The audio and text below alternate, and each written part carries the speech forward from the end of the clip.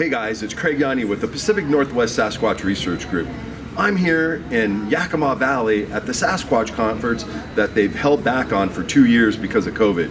It's an honor to be here. We have a really great lineup. Look forward to seeing you here. We'll see you then. Tree fell over in the front yard and everything just seemed to be really crazy after that. So the tree fell over in the front yard, and apparently if there were tree spirits living in it, they came in the house and they did not like what these people were doing to all the animals, and they were mad. So I just gave a recommendation on how to make peace with that and told them to stop killing animals needlessly. I don't think that they listened, but you know, you can only give people suggestions like that. And so that was my first experience in using the geographic remote viewing on paranormal investigation. And it was so specific that I was like, wow. Everything I saw after that, I was like, this is what I saw. You're gonna find it there. And one time I even saw at a house they wanted me to look at, I remote viewed it, and I saw at the back door this giant cat. It was a house cat, but it was 2 stories tall. It was as tall as the house. I'm like, all right, so I'm seeing a giant cat who's staring at the door, he's staring at the door, and all he wants is somebody to open that door and feed him. He's just staring at the door all the time. He's always at the door, staring at the door, staring at the door. And I was like, this is what's going on there, and that was one of the things I saw there. And so he goes to the house, he says, Jen, you're not gonna believe this. At the back door, there were so many cats back there. If you stacked them up, they'd be well over 2 stories tall. They were all staring at the door waiting for someone to open it so they could be fed. And they were always just hanging out at the back door. So I might see it might look a little different than what it actually is, but it's still coming across this giant cat presence at this door. So back to the remote view. Now that I've given you a little background on how I felt so confident that if I saw something on a remote view, it was going to be there. So let's go find it. Let's go see it in person, right? So I'm telling Jenna about remote viewing, and she's like, yeah. Okay, let's do it. So Nikki's driving the car on this little trail and scraping on my car. And Jenna's going, oh my gosh, your car. I'm like, it's okay, it's worth it. Let's go, let's get back there. There's going to be something there. I know it. And I kept saying, when we get out of the car to the right, about 100 feet in, that's where the aggressive male is. Let's not go there. But if you get out to the left, that's where that Bigfoot evidence is that lit up this golden light color. Let's go check that out, see what it is. I'm so excited. I said, so when we get out, when we get there, we're going to stop, we're going to get out, and we're going to run right to it. Let's go. Okay. I said, okay. I'm watching the blue dot on the map as we're driving. I'm like, stop the car. We're in between the 2 spots. To the right is the aggressive male. To the left is the Bigfoot evidence. And so Nikki wasn't feeling that well that day, so she was just going to stay in the car. It was 96 degrees in Minnesota, and it's very humid there in the summertime. And I don't know if you know much about Minnesota, but we have 20 below weather without wind chill. Sometimes it gets 50 below. And so when it's 96 degrees above 0, this girl is melting. I don't do well in that. I'm an ice queen. And we have something up there, an invasive plant right now that's just screaming across the area. It's wild parsnip. If you're not familiar with wild parsnip, become aware of wild parsnip because you do not want to touch wild parsnip. It will burn you, scar you. It is not fun. It's worse than 39 oak, and it leaves scars. So figure out what it looks like and never touch it. It can be this tall. And we were walking through fields of that when we were on the reservation. So we were wearing clothing from head to toe and gloves. 96 degrees. It's so hot. So Nikki's sitting in the car, Jenna and I are going to get out and run towards it, right? I get out of the car, got stuff, I'm ready to go. Jenna's like, Okay, I have to admit, I did not believe in remote viewing at this time, Jen. I believed in Jen, I just didn't believe in remote viewing. And all this time that she's thinking that happened, I know it was slow-mo in her head because it did not happen that fast. slow motion, and she was just barely moving. Right, see? No, but I did finally get out, and boy, oh boy, did she convince me. Well, I was waiting for Jenna. I decided to look into the woods to the right. So I took a few steps into the woods there to the right, and I'm looking to see if I can see a Bigfoot back there where the aggressive male is supposed to be. And then Nikki says from the car, oh my gosh, I see something back there. Something's moving back there. And I was like, oh, she's looking to the left. What am I doing looking to the right? That was dumb. Don't go towards the aggressive male. So I go around to the car. car, and Nikki's looking into the left, and Jenna's still getting her stuff. And I'm like, okay, let's go. And I start walking, because I see the stuff moving. I see what Nikki's seeing. I see there are creatures back there moving. And so I start walking in, and now I realize I'm walking towards this by myself. I get scared, I do. And I'm like, Jenna, come on, Jenna. She was a few feet in front of me. I think that's the first time I ever yelled at her. Yeah. So I'm walking to this by myself, and I'm scared. I mean, I can walk towards scary things and be okay. If I have somebody with me, it feels better. Anyway, so Jenna finally gets her stuff, and she's coming. And we did a radio interview one day when we were telling the story, and she actually said this. It's like Jen knew there was something there, she walked right to it.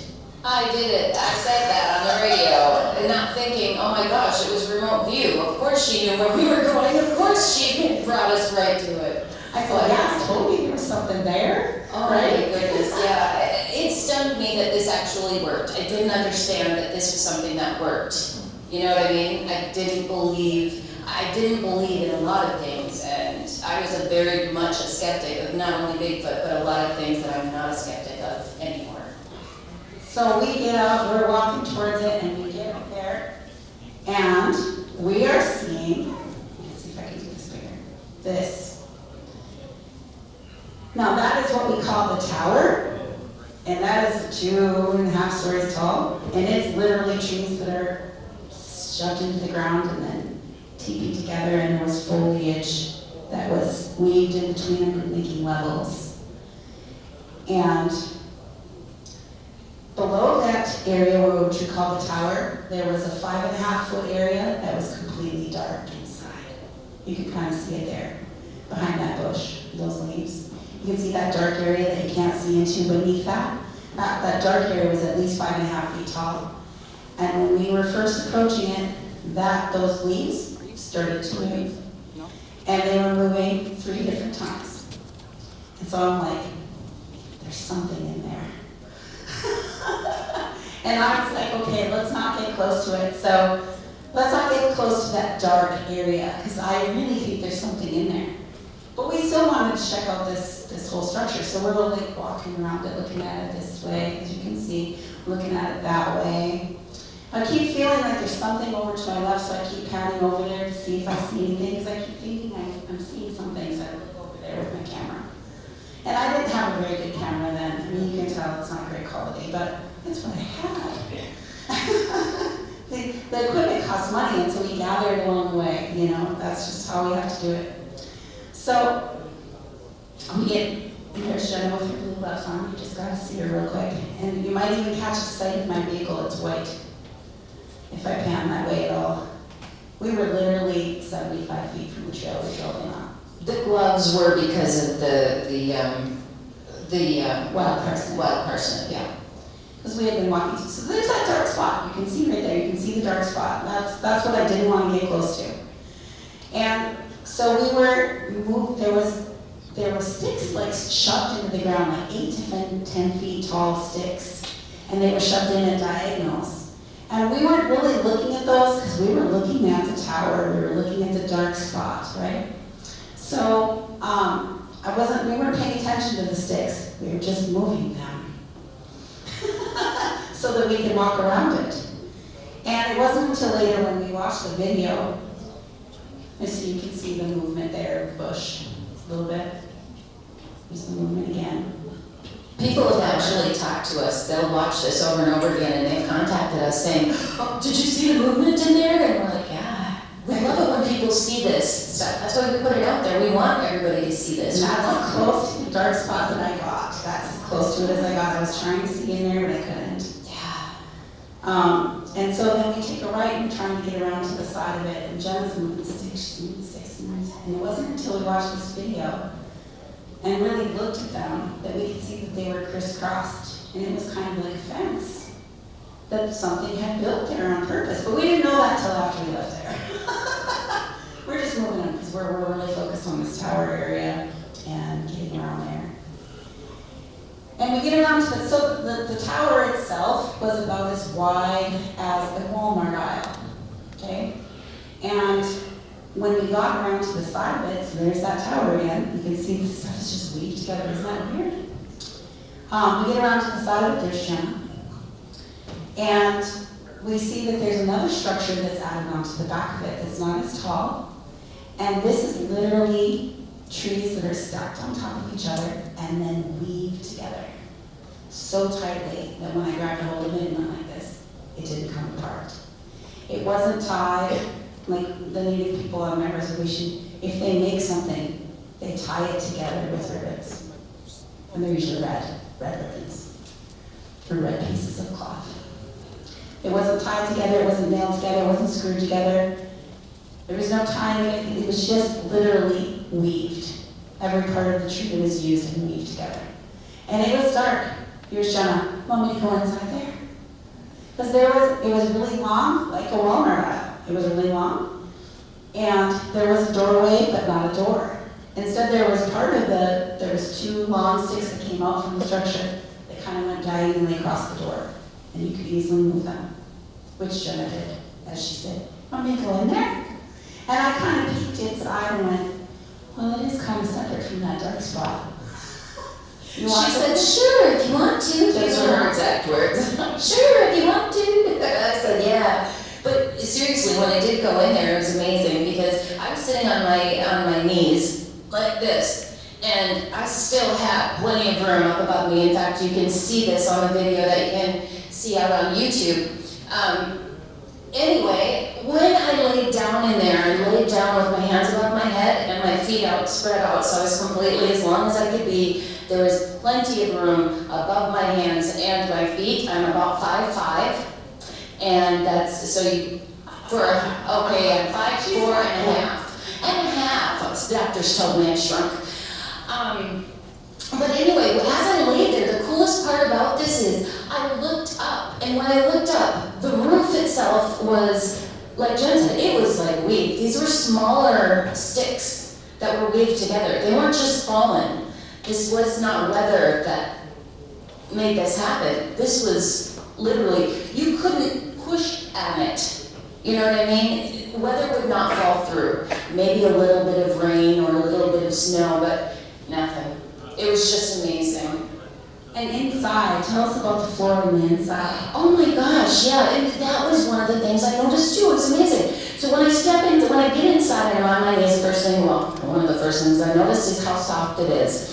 It is like, it feels like I could actually lay down and I did not feel a stick. Well, actually, when I laid down, I didn't feel a stick. I didn't feel any gravel. I didn't feel any big stones. I didn't feel anything that you'd think that you would feel if you laid on the ground.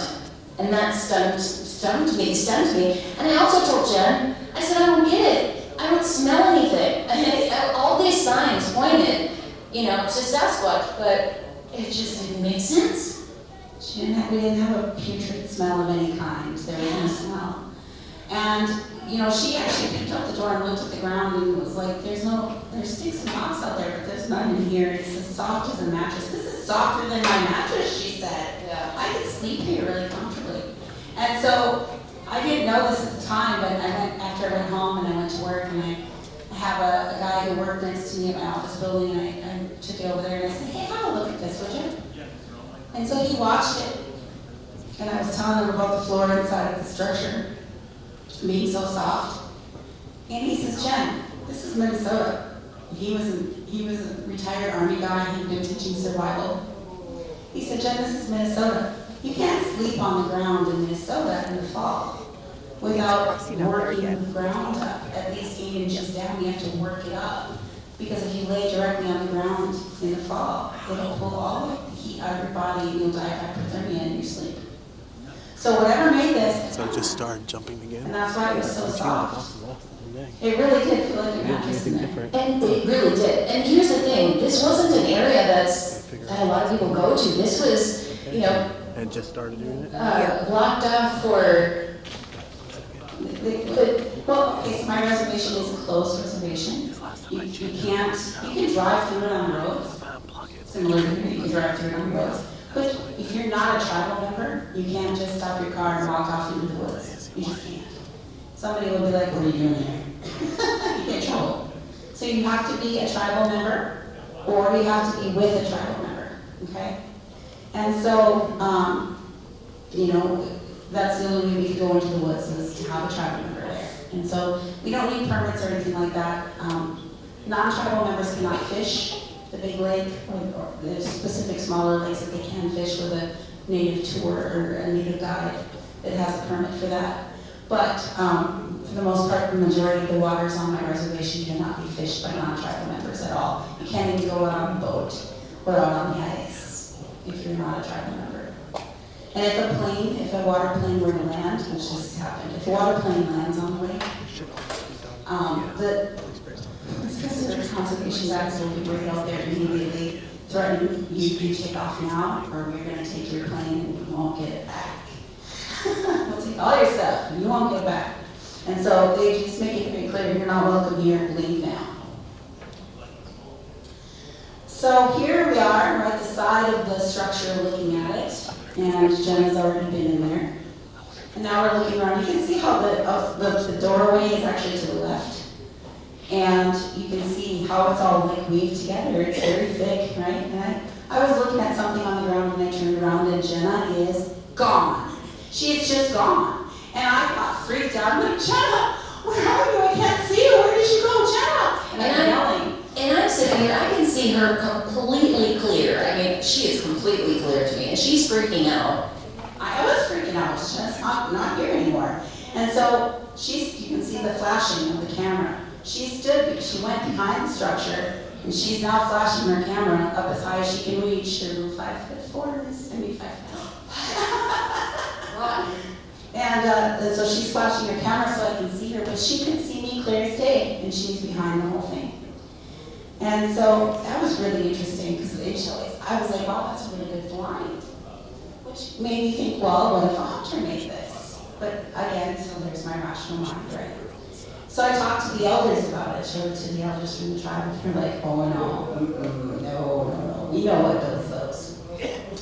We know what does those. As a matter of fact, our tribal DNR finds things like this all the time. And they just back away because they know what's building that. And the elder who told me about this in the first place, he tried to give me directions to the one that his grandchildren found. But he would say, you go to the T in the road and then you take it. And then you go right there and you point left. I'm like, okay, do I go right or left? He goes, you go right there and you point left. And I'm like, And he meant for us to be walking in there because his grandchildren were out there, 9-year-old girls, walking through the woods, having a good time, just like I did. When I was a kid, I was out walking in the woods by myself too. I had to take a drink, I'm sorry guys. Anyway, so his grandkids came home one day and they said, we found this really cool fort that somebody made back there. It's really cool. And they're going on and on about it. And he finally said, wait a minute, I want you to show me this fort. So they walked back there together. And this was maybe 3/4 of a mile from the one that we found.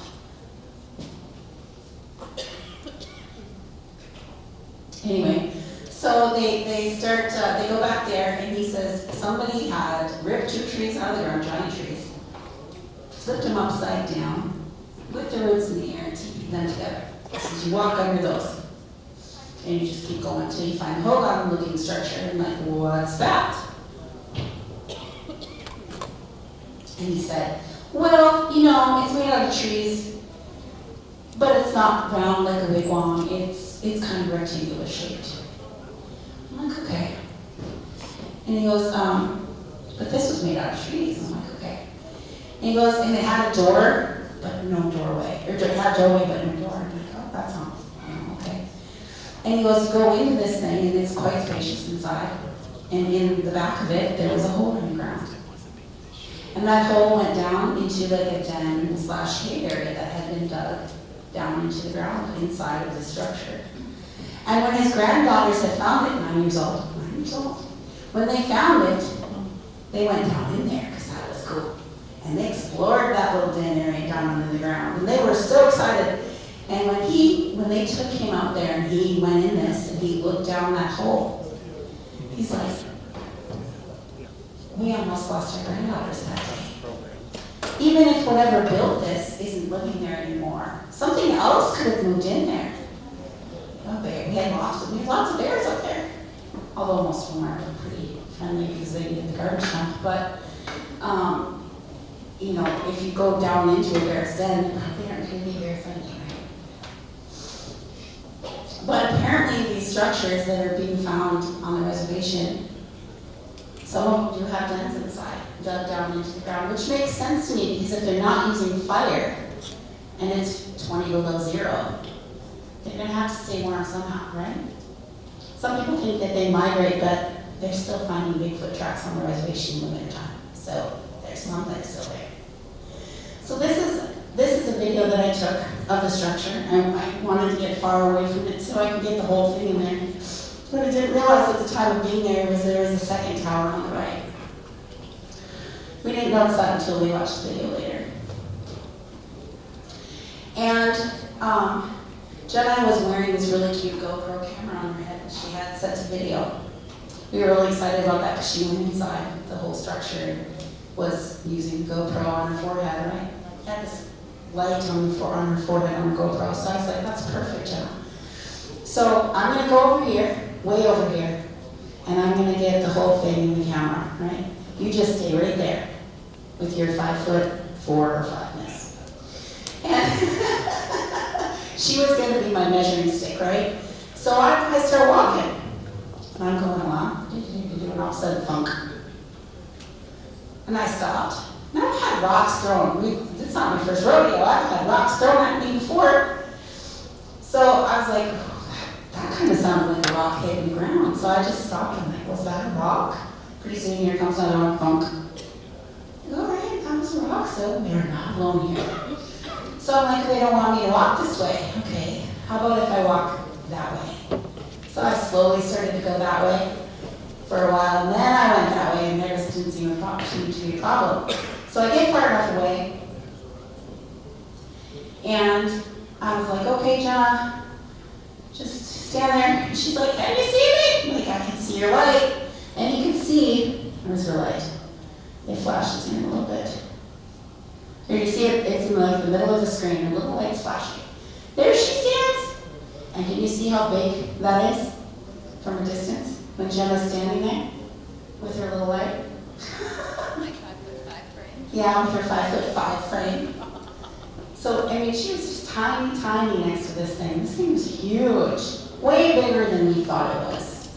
Way bigger. This one didn't have a den that went underground. It was done down a little bit on the inside, but it didn't have an underground den. Well, I think too that when we were there, we were so focused on singles. You know, when you're looking at something, you're looking at that one particular spot, that one area. You're not seeing it as a whole, especially in the dark. You can't see it as a whole. So when you see it on video after, it's like, oh, what did we miss? And this is just a screenshot photo of the side of the structure. The doorway is there. You can kind of see it's darker. And you can kind of see how it's, the little logs are stuck on top of each other and kind of weave together in the front of it. And that's from far away with Jenna's light lit up. You can see her red light. And so she's standing there, and you can see some of this stuff is going at an angle. So that was part of the structure. That was actually part of it too.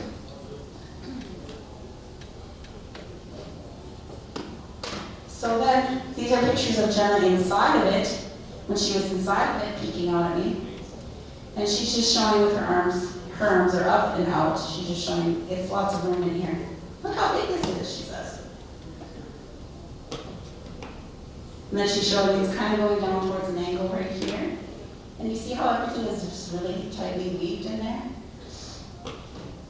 And here she's sitting on her knees, so she's up on her knees. Doesn't she look cute with that little GoPro camera on her head? But on the top right of that picture, you can see the trees that are stacked. You can see how they're just stacked there. And that's kind of how the whole thing was. And just everything was weaved so tightly in there that you would have been protected from the rain and the wind. And she's blurred out there. Yes, you can tell the story. I'm going to tell the story. So it was a hot day, like I said, and we were wearing clothing from head to toe, and she was wearing layers. And she was really all excited. Sorry guys if this is embarrassing for you to hear, but I think the ladies will appreciate it. She was really excited to discover what's called a sticky bra, which is really just made out of a giant sticker that you stick on, and there it is. So she was all excited about the sticky bra, and I'm like, I don't care about that. So she's wearing the sticky bra underneath her clothes, and whenever it's 96 degrees, pretty soon it's not sticky anymore. So she goes, rip, and takes it off. No big deal. What you failed to mention is I was wearing the thinnest pair of cuddle duds you can find, and I didn't realize you could see through them. And I didn't realize it either because I wasn't looking at her. I was looking at all the stuff we found. I was filming her, yes, but I wasn't looking at her. I was like, this is so cool, look what we found. And so we get back to where we were staying after we left this place. We're watching the video, like, this is the greatest thing, this is the best thing ever. She's like, Jen, you can see right through my shirt, you can see everything. Jen was saying, but that's great evidence. I'm like, Jen, if it was you, you would not show it. She was going to show it. I was like, no. So she said, well, we've got to find someone who's going to be able to blur it out. So this is the best we could do so far. So we haven't actually released the whole video of Jenna's talks. Yes, thank you. Oh, gosh. So there she's blurred out again. She's showing us around the structure.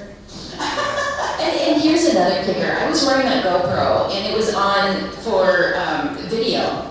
And instead, for some reason, when I went into that structure, it started taking pictures, and every picture was blurry. Every picture. I was so angry. I could not believe it was blurry. And she had another very expensive camera with her, and that one also malfunctioned. All of my stuff worked great, but I didn't go in there. I'm a smart girl. So these are just still shots from the video of the tower. And then on to our next story, which is about strange lights. Anybody here? People talking about Bigfoot and then also seeing these self-illuminating orbs or lights just randomly in the forest. But they're talking about it sometimes that they're seeing them together. Like, and on this particular reservation is one over from my reservation, Cass Lake Reservation in Minnesota. And the people who live just down the road from this, about a couple miles, tell me that when the lights appear, Bigfoot is near. Every time we see the lights, Bigfoot's coming next. And they just assume it's gonna happen because it always does. So we had received a report from somebody who was driving along this road and in the middle of the day, and they watched a Bigfoot walk from one clump of trees across this, what looked like a field, to the next clump of trees. And I was like, oh, that's great, let's go check it out. Let's find out who owns the land. Find out, because it's not on my reservation and it's not on the reservation, it's just off the border. What's really cool about going squatching on my reservation is that land is held in trust by all tribal members equally. So I can go wherever I want, as long as I'm not peeking in anyone's window. Because I don't have to find out who owns this because it's tribal land. I do. It's held in trust by all the people because I'm a tribal member. So I can go there if I want and have to. Stopping to find out who owns something or whose property can we get permission, it takes a long time. So I find out whose land is this, can we go there? Nope. Because it's a marshy bog, you could fall through that bog and drown. It's worse than falling through the ice. You can't, nobody can go back there. Like, nobody can go back there, no. Okay, so I was like, well, hey, there's a clear view of it from the road. Let's go there in the middle of the night. Jenna had just gotten this really cool camera. You could see it at night. It was a Best Garter. I don't know if you guys have ever heard of those, but it's a really nice camera. It's a hunting camera. It's called a binocular. And so you look through it with one eye, and it's really bright. Anyway, so we pull up there on the road, park on the road, and Jenna rolls down her window. I was driving. Jenna rolls down the window because she's facing that field or where the two clumps of trees are. And she starts looking through that with the binocular, and I'm just looking with my naked eye. We never got out of the car because we're not allowed to be there. We're just parked on the side of the road. It's public land. And so she's just scanning the whole area, scanning the area, and I start to see with my naked eye weird lights coming out of the one clump of trees that the Bigfoot had been seen walking into. And so we were there to look for Bigfoot, but instead we got these lights. And I was thinking, my rational mind again came into play. Is there a road back there? Is there a road back there? I didn't see a road back there, but maybe there's a road back there. So that's where I went with that first. And then we just kept watching. You can see the light in this video. When we jump into the light back there, you see it in the camera, and this zooms in really. This camera zooms in from far away. And it doesn't, it's first looking at things far away. And so she's like, well, hang on. So she looked and then she found it. So then we got it recorded, this strange light coming out of the forest. As you can see, I'm thinking, oh, maybe it's headlights from a car. You know, maybe there's a road back there. And, you know, but, you know, I looked on the satellite imagery, there wasn't a road back there. And again, this owner said nobody can go back there because this martial doctor will fall through, you could die. Nobody can go back there. So it told us nobody goes back there, but then there's this lake in the forest out there in the middle of this martial dock. So what's going on? I don't know. But we were getting reports of these lights appearing before Bigfoot did. So that was our story about those strange lights. And all these videos are on our YouTube channel. That's She-Squatchers Official. You can go watch whatever you want. This here is you hear about the X structures that people find that they might mean something, they might be made by Bigfoot. I don't think anybody's seen Bigfoot make them, but it's pretty common. We have belief that Bigfoot is making these, and it's amazing that they go across, you know, pathways a lot of the time. You've had five X marks like that? Well, this is one that my girls found in Tennessee. We're really lucky and we're really blessed to be able to go to these conferences and then look around those areas where we're going. So we were doing a conference in Tennessee and we got to go out on this mountain. And Tammy, would you like to tell about the X? Yeah, I actually took this picture. We were out with Matthew Delph of Micro. It's one of his areas, and we had taken a group of people out to go look at these areas where he was squatching and where he's found evidence before. And so we're walking down the trails and everything, and I am forever the person of what's over that hill, what's around that corner, what's over there, I gotta go see. So I, of course, wandered off, and I came around this bend and started going up a hill, and there it was. And I don't even think Matthew had ever seen it before, but I got this awesome picture. And I was like, oh my gosh, well, we have some stuff here. So we're gonna send the coordinates to Jen, because she didn't go with us out on this hike. She wasn't feeling very well at the time. And we sent her the coordinates so that she could research the area while we were doing the day hike with the people. I had asked Matthew for the coordinates so we could remote view it, and he didn't understand exactly what we did, or how we did it. And I said, listen, if I don't look at a place before I go in there, I just feel like I'm going in blind, and I need to see it from above before I go in. And he didn't tell me, he wouldn't give us coordinates, so I said to the girls, send me the coordinates. And so I was looking at it from a long time. I had bronchitis, and I didn't think how hiking up a mountain was probably really smart.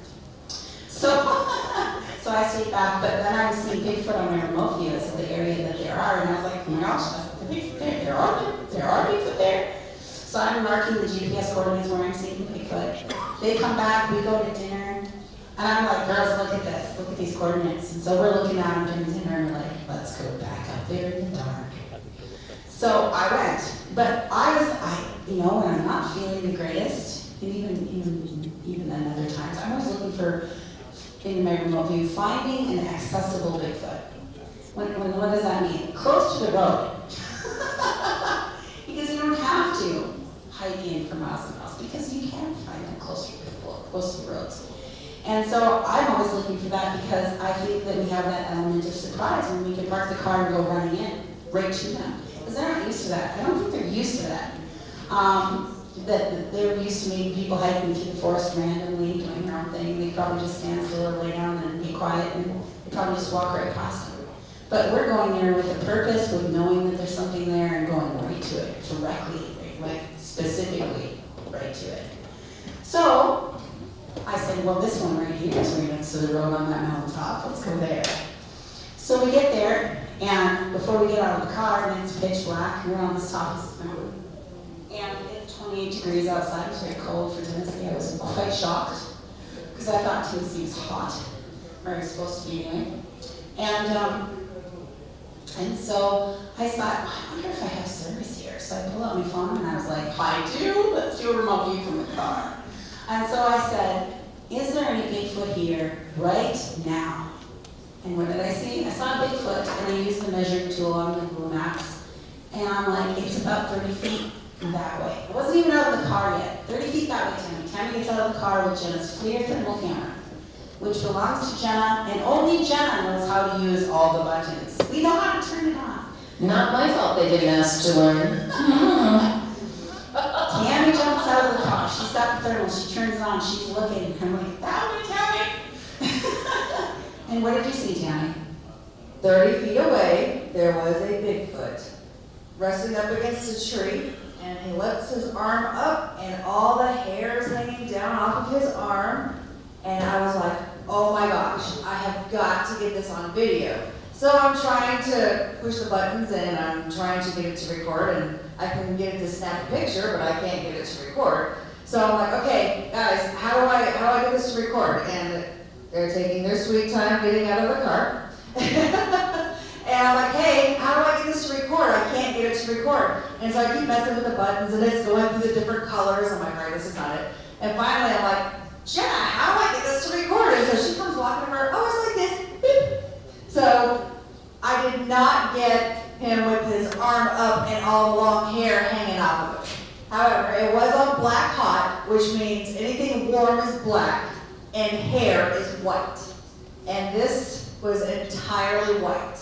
And it looked like to me, when I first started taking it, it looked to me that he was sitting down with his knees up and that he was just relaxing and hanging out. But as we started to record, you couldn't really tell if the legs were visible or if it was standing behind something. It kind of looked like maybe he was standing behind something, but it's working with his hands, and it looks to me like he was skinning an animal, something with an animal, because whatever's in his hands is also white, which means fur. So as we're sitting there recording, I was not quiet. None of us were quiet. I was almost screaming, hey, how do I get this to record? So he was very aware that we were there. And we got him on film for 13 minutes. It was not a flyby blob squatch. However, on the FLIR, obviously it makes it a little bit more difficult to see. But yeah, 13 minutes, and we didn't try to go any closer. We respected the distance and appreciated the fact that we were being allowed to record. And actually, we turned it off before he ever disappeared. We're like, okay, that's enough. 13 minutes is a lot of footage. So we got 13 minutes of footage, and we went on to go do something else. And then, when we came back, obviously he was no longer there. But yeah, he let us record him, and it was amazing. And you can see there that he has a cone-shaped head and very broad shoulders and no neck. And so we thought he was sitting on the ground. That's what we thought. And at some point in time, I took the camera here and I turned it and I looked at Tammy. You get to see Tammy's dark face and her very white eyelashes and hair to see how people show up on it. Anyway, so if you see Tammy flash across the screen, that's because I took the camera and went, what does Tammy look like? Okay, back to Bigfoot. And anyway, so we actually cut the video down, the one that we put up on YouTube, because she had pointed the camera at me and I looked awful.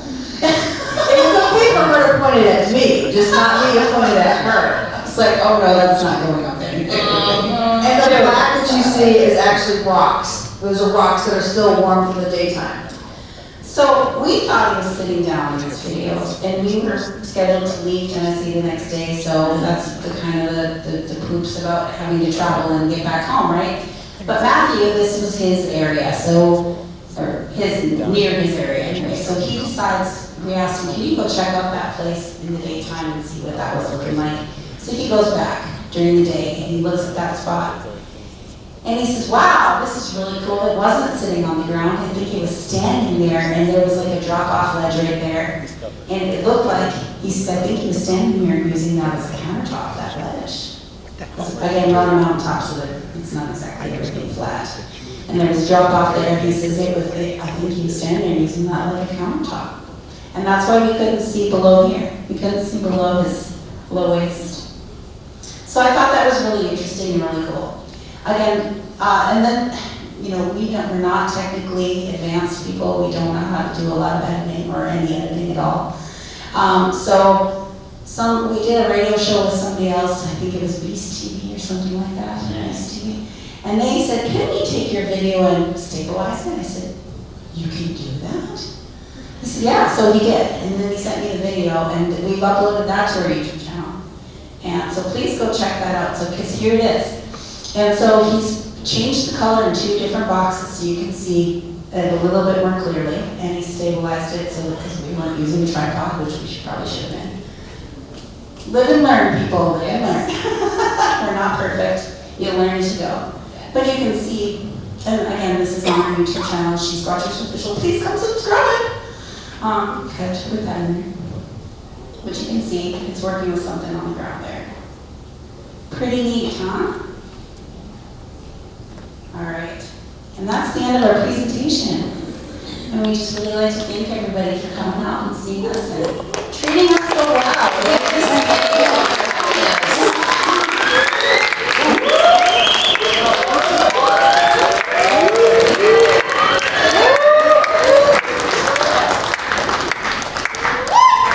We love the She-Squatchers! The She-Squatchers love us!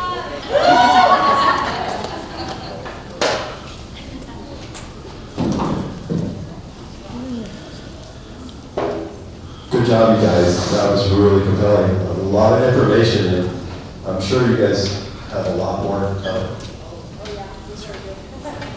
So are you doing any researching up here in Pacific Northwest?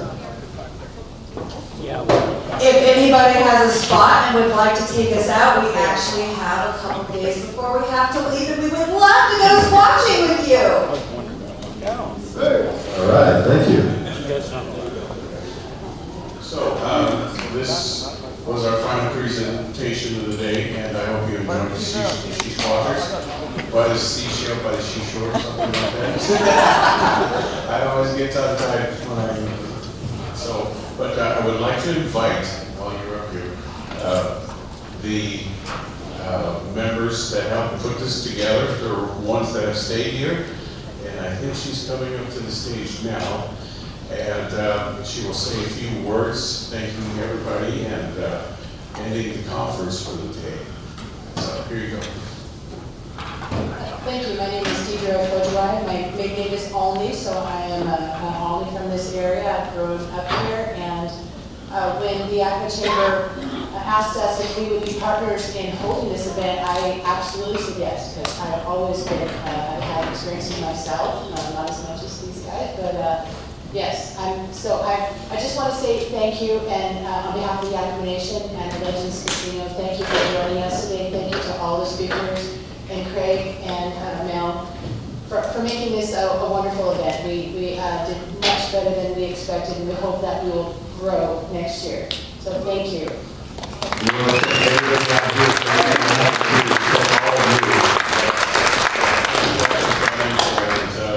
It's been a memorable event for us here on the Yakima Reservation, and thank you for traveling abroad. I know some people have come up from California, come from the Far East to be here with us, and would like to, again, big thanks from everybody that helped put this on, and continuous support to remain with us the whole day. I know it was a long day, and I hope we kept you entertained, and I think Craig is going to be jumping here, so he needs some people to catch him, so I think we got 4 big guys right here that can catch him.